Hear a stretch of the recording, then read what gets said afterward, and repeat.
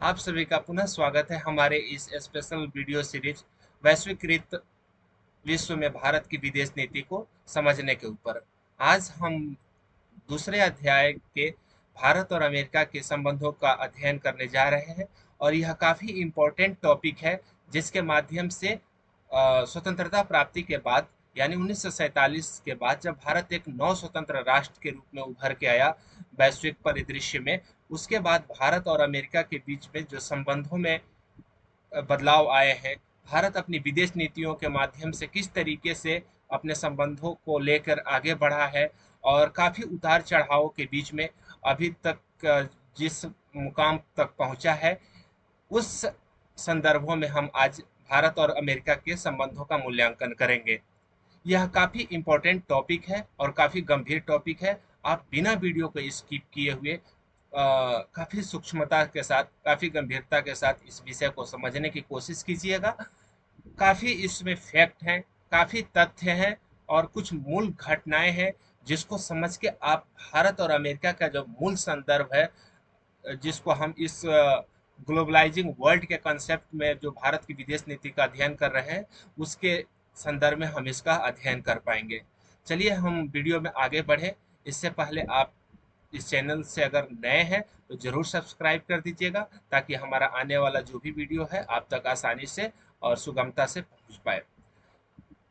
चलिए हम विषय को बिना देर किए समझने की कोशिश करते हैं कि वैश्वीकृत विश्व के संदर्भ में भारत की जो विदेश नीति है, भारत जो अपनी विदेश नीति का निर्माण करता है, उसमें अमेरिका और भारत के बीच के संबंधों का क्या संदर्भ है और हम उसका किस संदर्भ में किस तरीके से उसका मूल्यांकन करते हैं। चलिए हम बढ़ते हैं विषय में आगे और इसकी काफ़ी सूक्ष्मता से मूल्यांकन करने की कोशिश करेंगे। प्लीज़ आप वीडियो को आखिरी तक सुनिएगा ताकि इसके माध्यम से आप इस विषय को समझ पाए।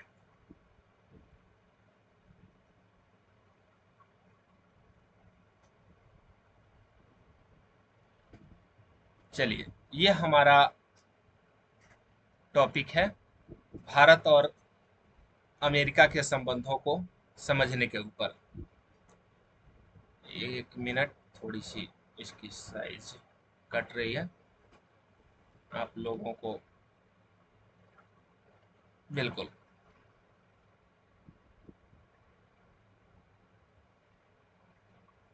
हम्म जिसमें से जब हम भारत और अमेरिका के संबंधों की बात करते हैं, और यह काफी महत्वपूर्ण है भारत और अमेरिका को समझना, क्योंकि वैश्विक वर्ल्ड में, विश्व के परिदृश्य में अमेरिका एक बहुत बड़ी महाशक्ति है और भारत भी दक्षिण एशिया के साथ साथ पूरे वैश्विक लेवल पर यह एक उभरता हुआ महाशक्ति है। और इसको समझ के हम पूरे विश्व की जो राजनीतिक परिस्थिति है, अंतर्राष्ट्रीय संबंध है, उसका हम मूल्यांकन कर पाएंगे। इस अध्याय में हमें भारत की विदेश नीति के संदर्भ में, ग्लोबल वर्ल्ड के विदेश नीति, ग्लोबलाइजिंग वर्ल्ड में भारत की विदेश नीति के संदर्भ में अमेरिका और भारत के संबंधों का अध्ययन करना है, जिसमें से हमें 1947 से लेकर अब तक के जो वैश्विक घटनाएं घटी हैं, उसके बीच में भारत जो अपनी विदेश नीतियों का निर्माण किया है, उसमें हम इसका मूल्यांकन करेंगे। आप सभी जैसा कि जानते हैं कि जो अमेरिका भी एक ब्रिटिश का उपनिवेश देश रहा है और भारत भी एक ब्रिटिश का उपनिवेश देश रहा है। और दोनों देश उपनिवेशवाद की एक लंबी लड़ाई, एक लंबी प्रक्रिया के बाद, स्वतंत्रता आंदोलन की प्रक्रिया के बाद स्वतंत्र हुए हैं और उसके बाद अपनी अ, राजनैतिक स्थिति को एस्टेब्लिश किए हुए हैं। अमेरिका 1779 में अपने संविधान का निर्माण करके एक संप्रभु राष्ट्र के रूप में उभर के आया और भारत 1947 में अपने संविधान का निर्माण करके 1950-52 में, हालांकि स्वतंत्रता 1947 में मिली, उसके बाद एक संप्रभु राज्य के रूप में उभर के आया। तो हम भारत और अमेरिका के विदेश नीति के संदर्भ में जो इसके संबंधों का अध्ययन कर रहे हैं, वह बेसिकली 1947 से आए संबंधों के बदलाव के संदर्भ में हम बात करेंगे। इसमें आप लोगों को जब भारत और अमेरिका के संबंधों का अध्ययन कर रहे हो तो इसमें कुछ प्रमुख घटनाएं हैं जिसको आप एक की फैक्टर के रूप में ध्यान में रखकर अध्ययन कीजिएगा। यह यूनिट काफी आसान हो जाएगा। इसी यूनिट का एक हिस्सा है सोवियत संघ यानी रूस के साथ भारत के संबंधों का अध्ययन। अगले वीडियो में हम उस पर बात करेंगे ताकि कोई कंफ्यूजन न रहे और आप सेपरेट तरीके से दोनों देशों के संबंधों को अध्ययन कर पाएं। आज इस वीडियो में हम जब भारत और अमेरिका के संबंधों की बात कर रहे हैं तो इसमें कुछ प्रमुख घटनाएं हैं, कुछ प्रमुख बदलाव है जिसका भारत और अमेरिका के संबंधों पर काफी गहरा प्रभाव पड़ा है। उसको आप ध्यान में रखकर फिर भारत और अमेरिका के संबंधों का अध्ययन कीजिएगा। जैसे 1947 में जब भारत स्वतंत्र हुआ तो उसमें वैश्विक स्थिति क्या थी। पूरा विश्व दूसरे विश्व युद्ध की समाप्ति के बाद एक शीत युद्ध के दौर में प्रारंभ कर चुका था और इस शीत युद्ध के दौर में आप लोगों को पता होना चाहिए कि दो सबसे बड़े एक्टर उभर के आए, दो सबसे बड़ी महाशक्तियां उभर के आई। एक थी संयुक्त राज्य अमेरिका और दूसरी थी सोवियत यूनियन, और इसी दोनों के बीच में भारत के संबंधों का अध्ययन करना है। और तीसरी सबसे बड़ी विशेषता यह उभर के आई कि इन दोनों देशों के बीच में भारत एक नव स्वतंत्र देश के रूप में उभर के आया जो उपनिवेशवाद की लंबी लड़ाई के बाद से उभर के आया था। और उसी समय विश्व के मानचित्र पर एक ऐसा परिदृश्य उभर के आया कि फिर इसकी स्वतंत्रता के ऊपर संकट आ गए, गुटों का निर्माण होने लगा और वह भी सैनिक गुट का निर्माण। एक का नेतृत्व सोवियत रूस कर रहा था और दूसरे का नेतृत्व अमेरिका कर रहा था। भारत के समक्ष सबसे बड़ी चिंता उभर के आई कि वह किसके पक्ष में खड़ा हो, सोवियत संघ के साथ खड़ा हो कि अमेरिका के साथ खड़ा हो। लेकिन यहाँ पर भारत को दोनों की जरूरत थी क्योंकि भारत को अपना विकास करना था। क्योंकि कोई भी देश, जैसा कि हम विदेश नीति के पहले ही वीडियो में बात कर चुके हैं कि कोई भी देश वैश्विक मानचित्र पर आत्मनिर्भर नहीं होता है और पूरे विश्व के जो जो देश हैं उनके साथ वह एक संबंध बनाकर एक मधुर रिलेशन को एस्टेब्लिश कर अपना विकास करता है। तो जब भारत ने अपना विकास करना शुरू ही किया था उसी संदर्भ में यह वैश्विक परिदृश्य उभर के आई और यह इसके विदेश नीति के ऊपर भी काफी प्रभाव डाला। इसके जो विदेश नीतियां भारत ने अपना बनाया उसमें भी इसको काफी प्रभावित किया। तो जब भारत और अमेरिका के बीच के हम संबंधों को अध्ययन कर रहे हैं तो इसमें से जो प्रभावित करने वाले जो प्रमुख कारक हैं उसको आप जरूर में ध्यान में रखिएगा। जैसे पहला, द्वितीय विश्व युद्ध के समाप्ति के बाद गुटों का दौर, सैनिक गुटों के निर्माण का दौर प्रारंभ हुआ जिसको हम शीत युद्ध के दौर के रूप में मूल्यांकन करते हैं। यह घटना एकदम ध्यान में रखिएगा, चाहे आप अमेरिका के संदर्भ में भारत के अध्ययन कर रहे हो या सोवियत यूनियन के संदर्भ में, सोवियत संघ के संदर्भ में भारत की विदेश नीति या भारत के संबंधों का अध्ययन कर रहे हो। शीत युद्ध का दौर, उसी बीच में भारत ने एक अपनी स्वतंत्र विदेश नीति अपनाई जिसने दोनों देशों के साथ संबंधों को प्रभावित किया, अमेरिका के साथ भी और रूस के साथ भी। वह घटना थी गुट निरपेक्षता की नीति। आगे हम इस पर बात करेंगे, लेकिन ये घटनाएं आपके दिमाग में एकदम पिंच होना चाहिए जब आप एग्जाम लिख रहे हो या इस विषय को समझ रहे हो। जैसा कि हम ये बात कर ही चुके हैं कि भारत अमेरिका 1789 में और भारत 1947 में स्वतंत्र हुआ और दोनों उपनिवेशवाद से निकले हुए देश थे। दोनों एक लोकतांत्रिक देश भी है। इसी के साथ जो प्रमुख मुद्दे हैं जो भारत और अमेरिका के बीच के संबंधों को प्रभावित करते हैं उस मुद्दों में हम इन फैक्टर को रख सकते हैं जिसको आप बिल्कुल अपने मस्तिष्क में बिठाकर फिर तब इस टॉपिक को अध्ययन करने की कोशिश कीजिएगा। यह टॉपिक काफी आसान हो जाएगा। पहला, शीत युद्ध का दौर, दूसरा, गुट निरपेक्षता की नीति, तीसरा, गोवा मुक्ति का प्रश्न। जैसा कि आप जानते हैं कि गोवा भारत का एक अभिन्न हिस्सा है, राज्य है, लेकिन यह काफी लंबे समय तक पुर्तगाल का उपनिवेश था और इसका जब मुक्ति संग्राम चल रहा था तो उस समय अमेरिका का क्या पक्ष उभर के आया था, उस मुद्दे को ध्यान में रखना है। भारत चीन तनाव, और एक बात और ध्यान में रखिएगा, जब आप भारत अमेरिका या भारत सोवियत रूस के बीच के संबंधों का अध्ययन कर रहे हो या उसका लिख रहे हो तो जिस तरीके से भारत और अमेरिका के बीच का संबंध है, वैसे ही भारत के पड़ोसी देश में दो देश, एक पाकिस्तान और दूसरा चाइना, जो भारत के पड़ोसी देश हैं और इनके साथ भारत के काफी कटुर संबंध रहे हैं प्रारंभ से ही। यह दोनों देशों के बीच का संबंध वैश्विक स्तर पर अमेरिका और रूस के संबंधों को भी प्रभावित करता रहा है।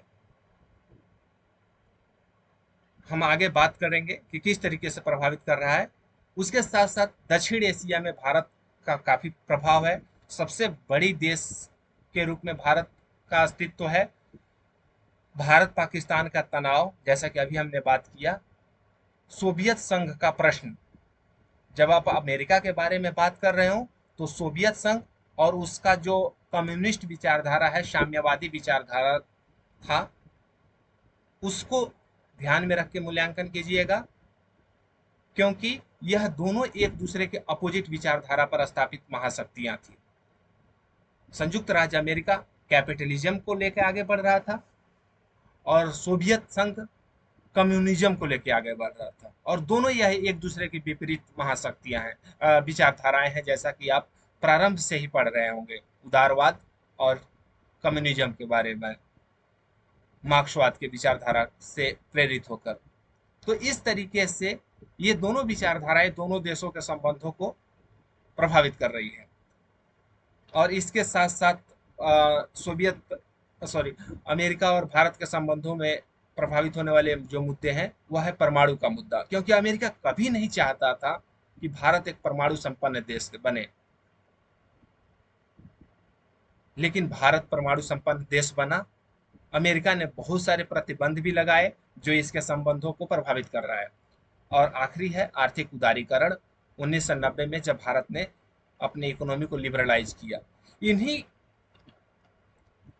फैक्टरों के माध्यम से आप भारत और अमेरिका के संबंधों का अध्ययन स्पष्टता से कर सकते हैं। शीत युद्ध, गुटनिरपेक्षता, गोवा का प्रश्न, भारत चीन तनाव, दक्षिण एशिया में भारत का प्रश्न, भारत पाकिस्तान तनाव, सोवियत संघ का प्रश्न, साम्यवाद का प्रश्न, परमाणु मुद्दा, आर्थिक उदारीकरण। यह इंटरनेशनल रिलेशन का काफी इंपॉर्टेंट इश्यूज हैं, मुद्दे हैं, जो भारत की विदेश नीति में भी इसकी काफी प्रासंगिकता उभर के आती है। इस विषय को काफी गंभीरता से अध्ययन कीजिएगा और इस काफी स्पष्टता से इसको समझने की कोशिश कीजिएगा। काफी आसानी से आप इस टॉपिक को समझ पाएंगे।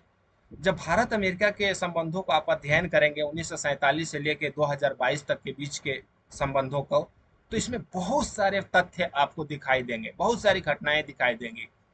वो घटनाएं आप लोगों को एग्जाम के पॉइंट ऑफ व्यू से याद करना काफी मुश्किल हो जाएगा।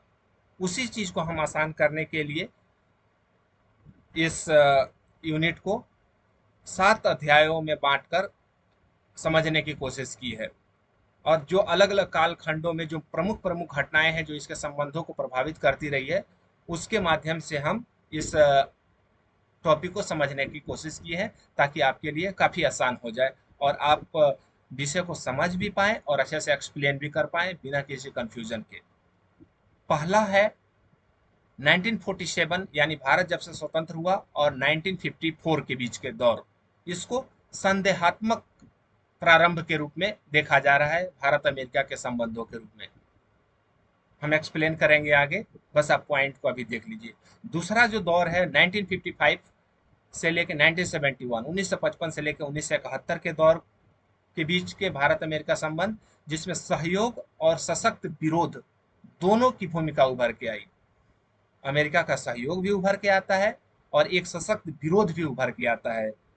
उसके बीच में भारत अमेरिका के संबंधों का अध्ययन करेंगे। तीसरा है नए समीकरणों का उभर कर आना और फिर एक विरोध की राजनीति उभर के आनी, जो इसके विदेश नीति को प्रभावित करती है। वह दौर है 1972 से 1979, 1979 के बीच का काल। अगला है बदलाव और सहयोग। बहुत सारे वैश्विक लेवल पर बदलाव उभर के आए, बहुत सारी राजनीतिक घटनाएं उभर के आई, बहुत सारे इंटरनेशनल घटनाएं उभर के आई जो इसके संबंधों को प्रभावित कर रही है। वह दौर है 1980 से 1991। अगला दौर है सहयोग और मतभेद का दौर, जिसमें भारत और अमेरिका के बीच में बहुत सारे मुद्दों पर सहयोग भी उभर के आया और बहुत सारे मुद्दे पर मतभेद भी उभर के आया जो इनके संबंधों को प्रभावित कर रहा है। उसमें 1992 से 97 के दौर को रखा गया है। छठा हम कालखंड के रखे हैं।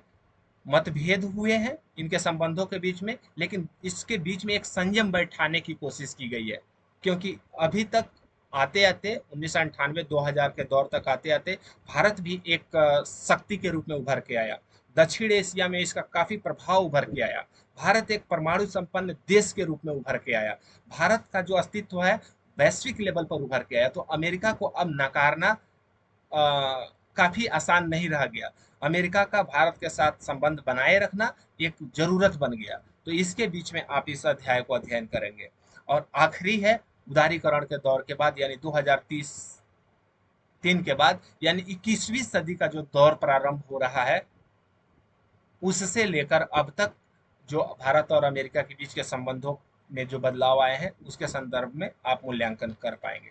तो प्लीज आप जब को एग्जाम पॉइंट ऑफ व्यू से तैयार कीजिएगा, इसको लिखने जाइएगा, तो इस कालक्रम को जरूर याद कर लीजिएगा और इसमें जो प्रमुख घटनाएं हैं उसके माध्यम से आप विषय को एक्सप्लेन कीजिएगा। आप भारत अमेरिका संबंधों को काफी स्पष्टता से मूल्यांकन कर पाएंगे। जो हमने पहला बिंदु रखा है 1947 से 1954 के बीच में, यहाँ टाइपिंग छूट गई है, उसमें है संदेहात्मक प्रारंभ। कि जब भारत अपनी विदेश नीति का प्रारंभ किया तो वह काफी संदेह की दृष्टि में देखा जा रहा था वैश्विक देशों के माध्यम से। जिसमें से हम अमेरिका का अध्ययन कर रहे हैं तो अमेरिका भी भारत की विदेश नीति को काफी संदेह की दृष्टि से देख रहा था, एक संशय की दृष्टि से देख रहा था, क्योंकि भारत ने इसी दौर में गुट निरपेक्षता की नीति अपनाई थी। प्लीज आप कुछ कंसेप्ट है उसको जरूर ध्यान में रख लीजिएगा, उसको समझ लीजिएगा। जैसे शीत युद्ध क्या है, इसकी क्या भूमिका है, गुट निरपेक्षता क्या है, इसको आप समझ लीजिएगा इस टर्म को, ताकि जब भी आप इसको एक्सप्लेन करें आप इस अवधारणा से, इस कॉन्सेप्ट से परिचित रहें। तो अमेरिका भारत ने गुट निरपेक्षता की विदेश नीति अपनाई, जिसको लेकर अमेरिका काफी संशय की स्थिति में उभर के आया, क्योंकि अमेरिका का मानना था कि इस गुट निरपेक्षता के माध्यम से भारत सोवियत संघ के पक्ष में खड़ा है। अमेरिका कभी अस्वीकार नहीं कर पा रहा था कि अभी 9 स्वतंत्र देश एक अपनी विदेश नीति बना सकता है। इसको लेकर अमेरिका भारत की विदेश नीति पर काफी संदेह की दृष्टि से देख सक रहा था, क्योंकि अभी तक न तो उसकी विदेश नीति सोवियत संघ से स्पष्ट हो पाई थी और न ही चाइना के साथ स्पष्ट संकेत मिले थे कि भारत की विदेश नीति क्या होने वाली है। इसके साथ साथ प्रारंभ में अमेरिका ने भारत के साथ बहुत सारे अवरोध की नीति को अपनाया, जिसमें से गुट सबसे पहला था विदेश नीति के संदर्भ में गुट निरपेक्षता की नीति का ही विरोध करना। अमेरिका का बेसिक प्रभाव था, यह जोर था कि या तो भारत जो अमेरिका का सैनिक संगठन है नाटो, उसमें शामिल हो जाए। अपनी स्वतंत्र विदेश नीति यह नहीं स्थापित कर सकता है, यह विश्वास अमेरिका को नहीं था। इस दौर में जो प्रमुख घटनाएं थी जो भारतीय विदेश नीति को काफी संदेह के दायरे में रख रही थी अमेरिका के दृष्टि से, उसमें प्रमुख घटनाएं थी शीत युद्ध का दौर, जो पूरे विश्व को दो भागों में बांटने की कोशिश की जा रही थी। या तो अमेरिका अपने पक्ष में करने की कोशिश कर रहा था या सोवियत संघ अपने पक्ष में कोशिश कर रहा था। इस बीच में भारत गुट निरपेक्षता के माध्यम से अपनी स्वतंत्र विदेश नीति का स्थापना किया। यह दोनों देशों में, खासकर अमेरिका को, कभी यह विश्वास नहीं हो पा रहा था। दूसरा है सैनिक गठबंधन का दौर, वही बात जो हम अभी बात कर रहे थे। अमेरिका द्वारा साम्यवाद को रोकने का प्रयास। अमेरिका का मानना था, पहली प्राथमिकता थी कि वैश्विक लेवल में जो कम्युनिज्म है सोवियत यूनियन के नेतृत्व में, उसको रोका जाए, उसके जो सैनिक गठबंधन है उसको कम किया जाए, उसके प्रभाव को कम किया जाए। इसीलिए वह जो भी देश इसके खिलाफ जा रहा था अमेरिका का, उसको संदेह की दृष्टि से देख रहा था, उसको हमेशा संशय की दृष्टि से देख रहा था। इसी दायरे में भारत को भी अपनी विदेश नीति के साथ रखने की कोशिश कर रहा था। भारत द्वारा साम्यवादी चीन की मान्यता देना। जैसा कि हम प्रारंभ में कह रहे थे कि दो देश, पाकिस्तान और चाइना, भारत और अमेरिका के बीच संबंधों और भारत और सोवियत संघ के बीच के संबंधों को सबसे ज्यादा प्रभावित करते रहे हैं।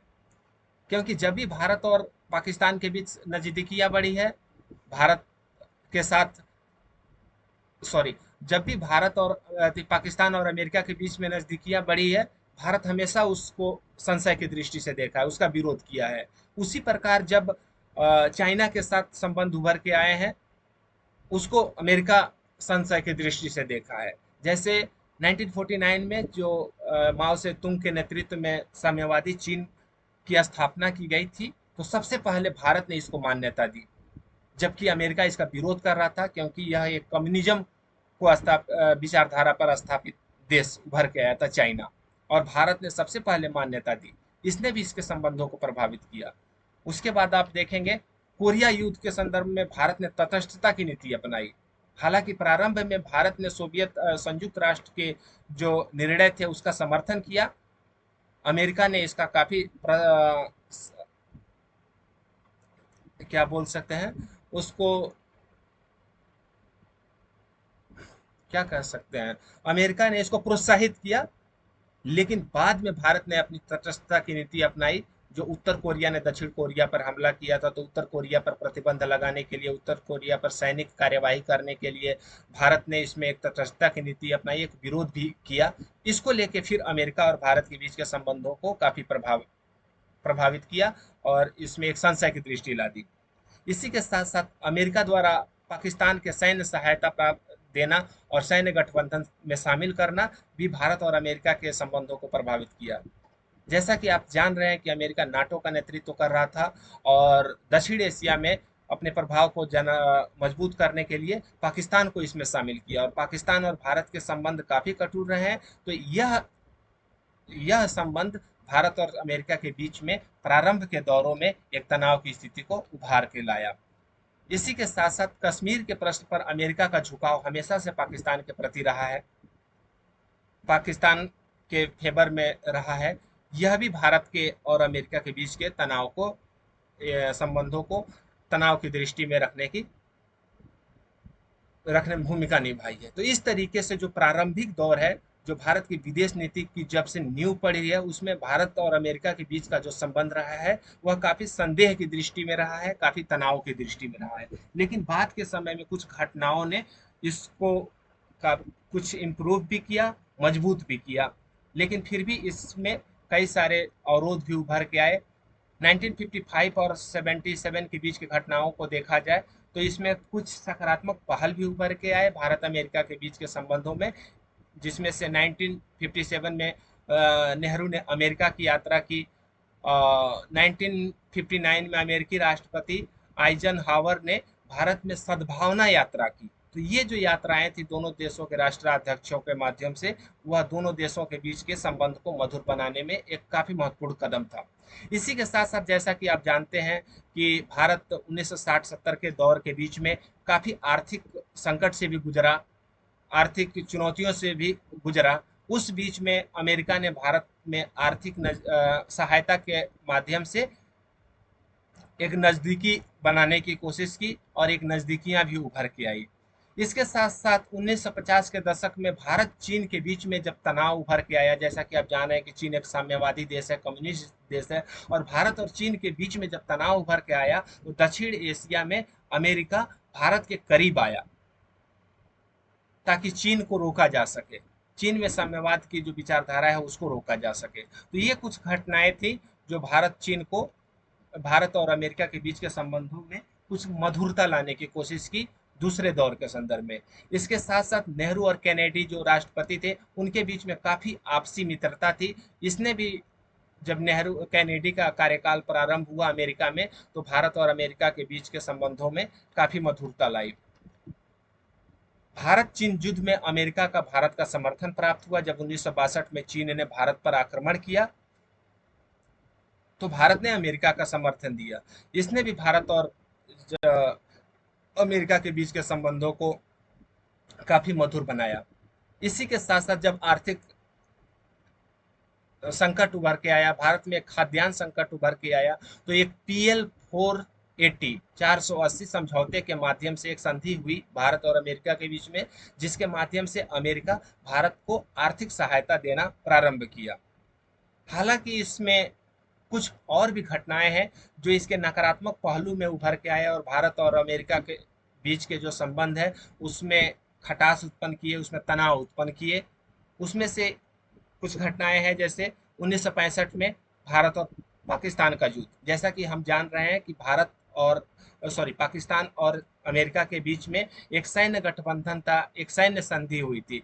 तो यहाँ पर अमेरिका की प्रतिबद्धता पाकिस्तान के प्रति उभर के आई, पाकिस्तान को सहायता प्रदान करना शुरू किया, पाकिस्तान को सैनिक सामग्री भेजना शुरू किया। इसको लेके फिर भारत और अमेरिका के बीच का जो संबंध था उसमें तनाव उभर के आया। दूसरा प्रमुख मुद्दा था परमाणु अप्रसार संधि के मुद्दे को लेके। भारत एक परमाणु संपन्न बनने की दिशा में प्रारंभ से ही प्रयासरत था और अमेरिका कभी नहीं चाह रहा था कि दक्षिण एशिया को परमाणु देश परमाणु क्षेत्र बनाया जाए। तो इसको रोकने के लिए अमेरिका प्रारंभ से ही था कि इन देशों को परमाणु प्रयोगों को करने से रोका जाए। इसी दौर में 1970s के दौर में एक परमाणु अप्रसार संधि अमेरिका लेके आया, अमेरिका के नेतृत्व में, जिस पर भारत ने हस्ताक्षर नहीं किए और इसके बाद अमेरिका और भारत के संबंधों में काफी तनाव उभर के आए और बहुत सारे प्रतिबंध अमेरिका ने भारत पर लगाए।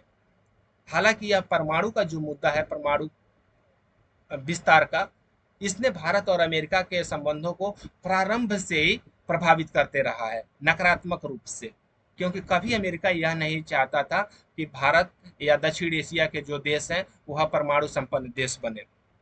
इसके साथ साथ 1971 में 1971 में सोवियत संघ के साथ भारत की नजदीकियां बढ़नी शुरू हुई, क्योंकि भारत और जो पाकिस्तान के बीच में युद्ध हुआ उसमें अमेरिका पाकिस्तान की सहायता करना प्रारंभ किया तो सोवियत संघ भारत के पक्ष में खड़ा हुआ।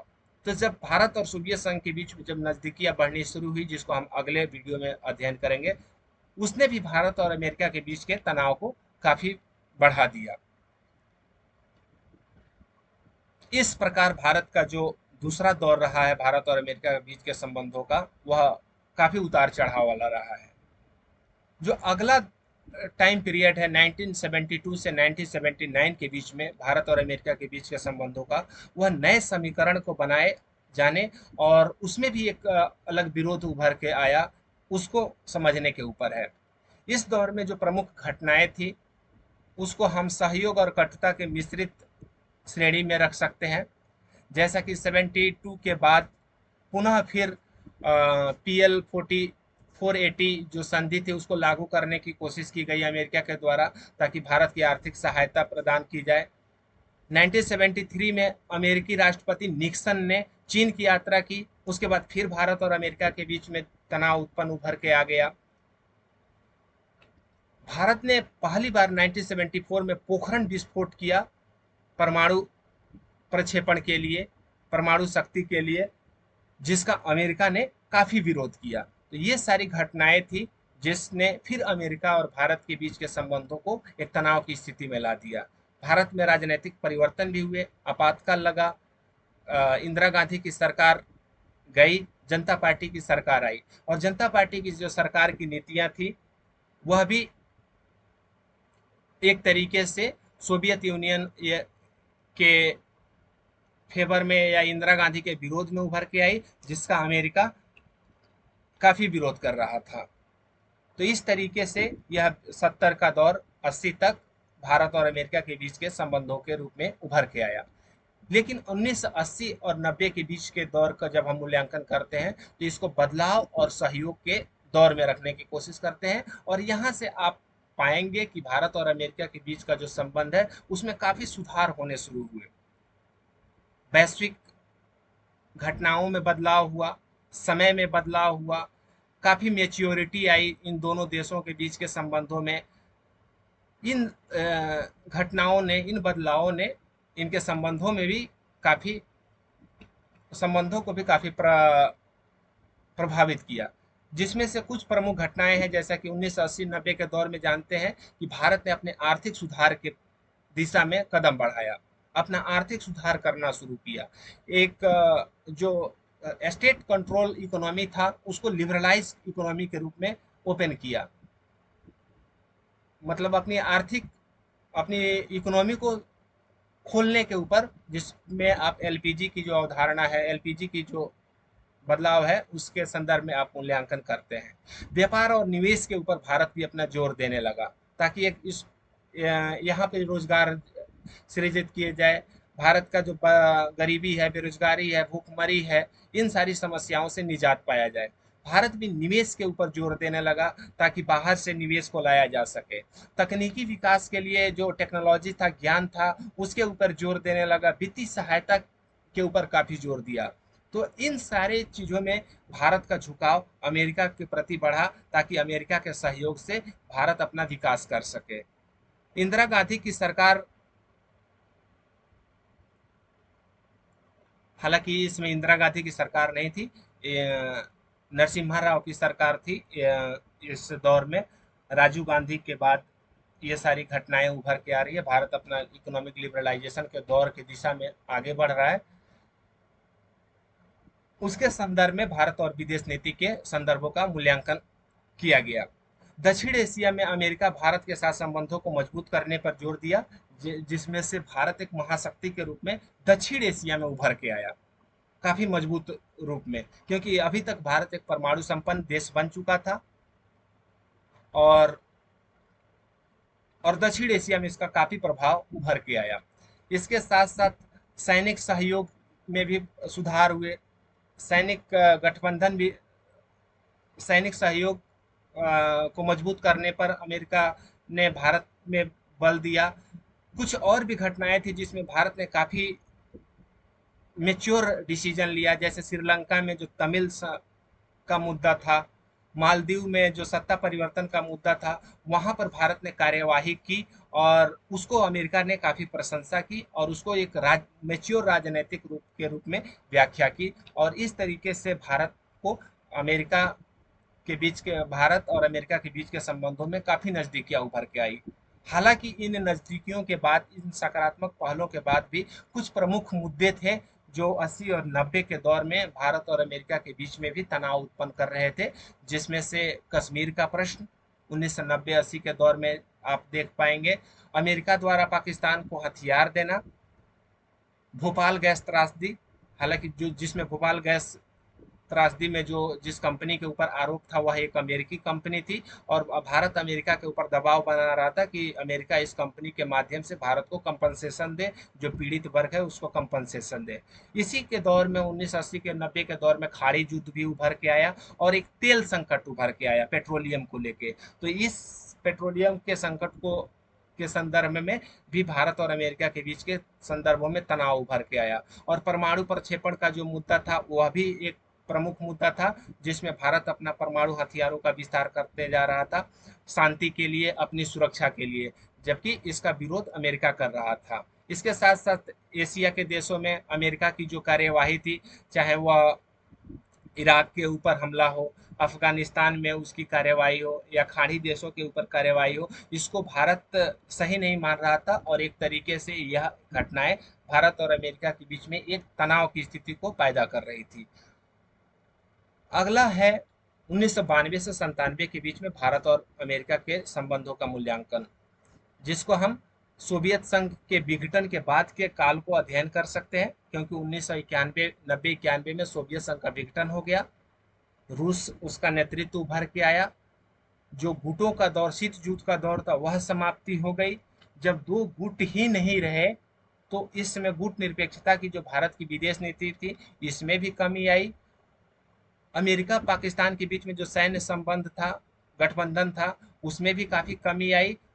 और इन चीजों ने भारत और अमेरिका के बीच के संबंधों को काफी सुधारने पर मजबूत जोर दिया। इसके साथ साथ भारत में कुछ प्रमुख बदलाव किए जा रहे थे, जिसमें से आर्थिक सुधार एक प्रमुख बदलाव था। भारत लिबरलाइजेशन, प्राइवेटाइजेशन और ग्लोबलाइजेशन के ऊपर जोर दे रहा था, जिसमें से भारत का प्रमुख उद्देश्य था कि इसके माध्यम से वह पूंजी का निवेश करा सके, जो मल्टीनेशनल कंपनियां हैं उसको लाया जा सके, और इसमें अमेरिका का सबसे बड़ा योगदान है। तो भारत और अमेरिका के बीच के संबंधों को मधुर बनाने के ऊपर भी जोर दिया गया।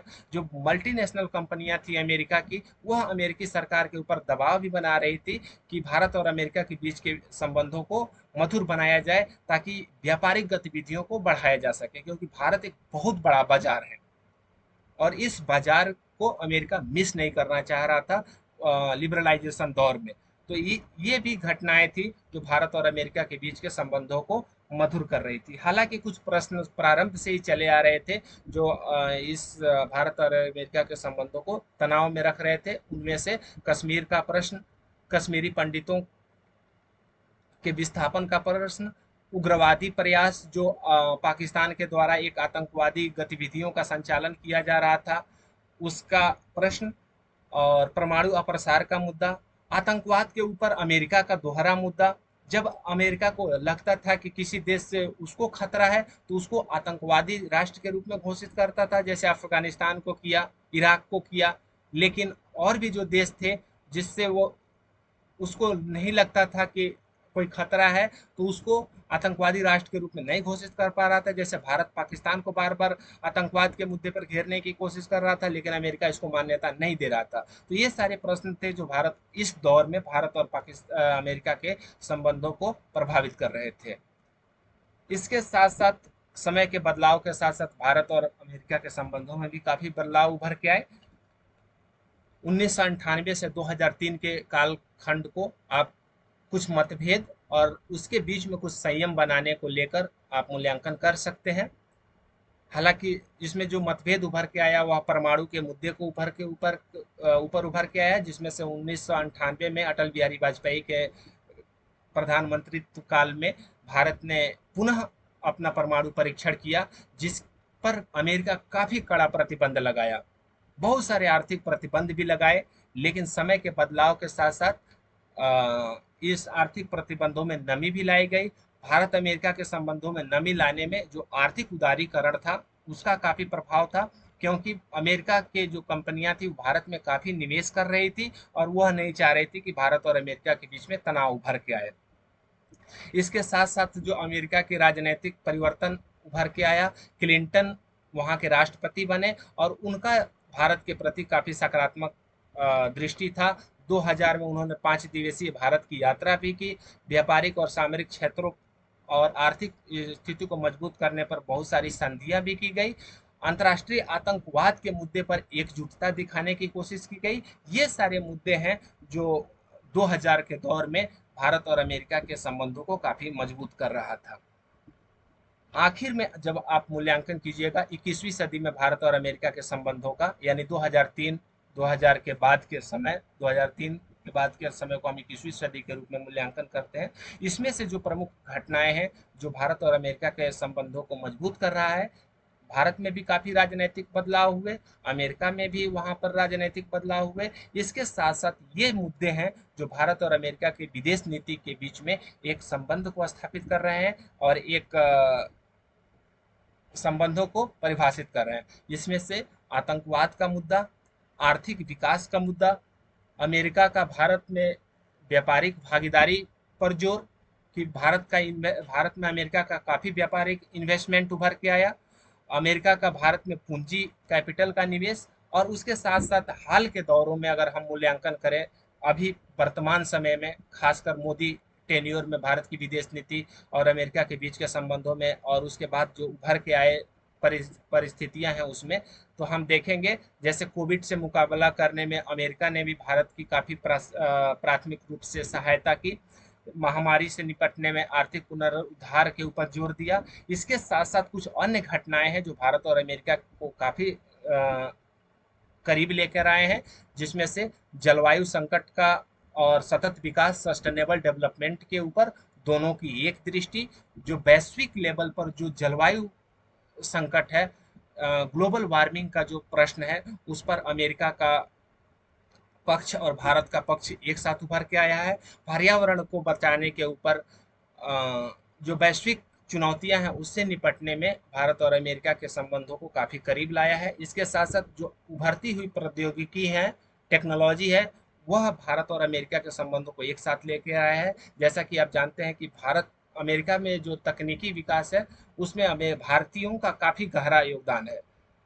इसके साथ साथ आपूर्ति श्रृंखला को लचीलापन बनाना, शिक्षा, प्रवासी समुदाय, रक्षा, सुरक्षा के मुद्दे पर एक दूसरे का सहयोग करना, जिससे एक दूसरे के स्थिति को मजबूत किया जा सके, संबंधों को मजबूत किया जा सके और वैश्विक लेवल पर एक आपसी संदर्भ को उभार कर अपनी स्थितियों को मजबूत करने पर जोर दिया जा सके।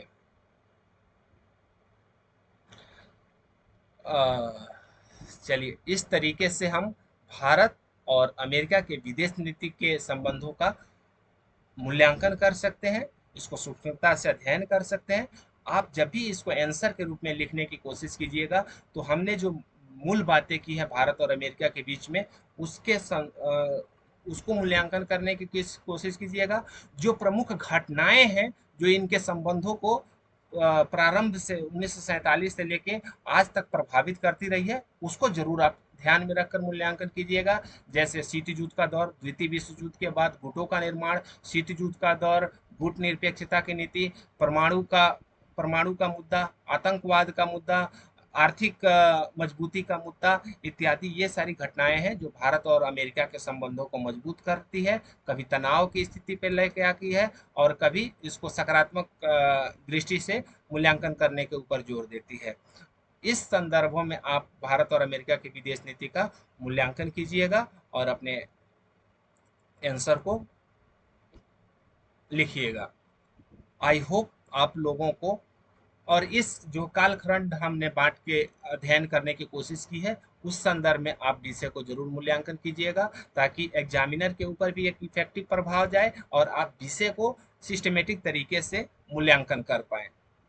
आई होप आप लोगों को यह टॉपिक काफ़ी सरलता से समझ में आई होगी। आप मेरे चैनल से जुड़े रहिए, सब्सक्राइब जरूर कर दीजिएगा, लाइक कर दीजिएगा और शेयर करने की भी कोशिश कीजिएगा। मिलते हैं हम अगले वीडियो में एक नए टॉपिक के साथ। तब तक के लिए आप सभी को ढेर सारी शुभकामनाएं। बहुत बहुत धन्यवाद हमारे इस वीडियो को समझने के लिए।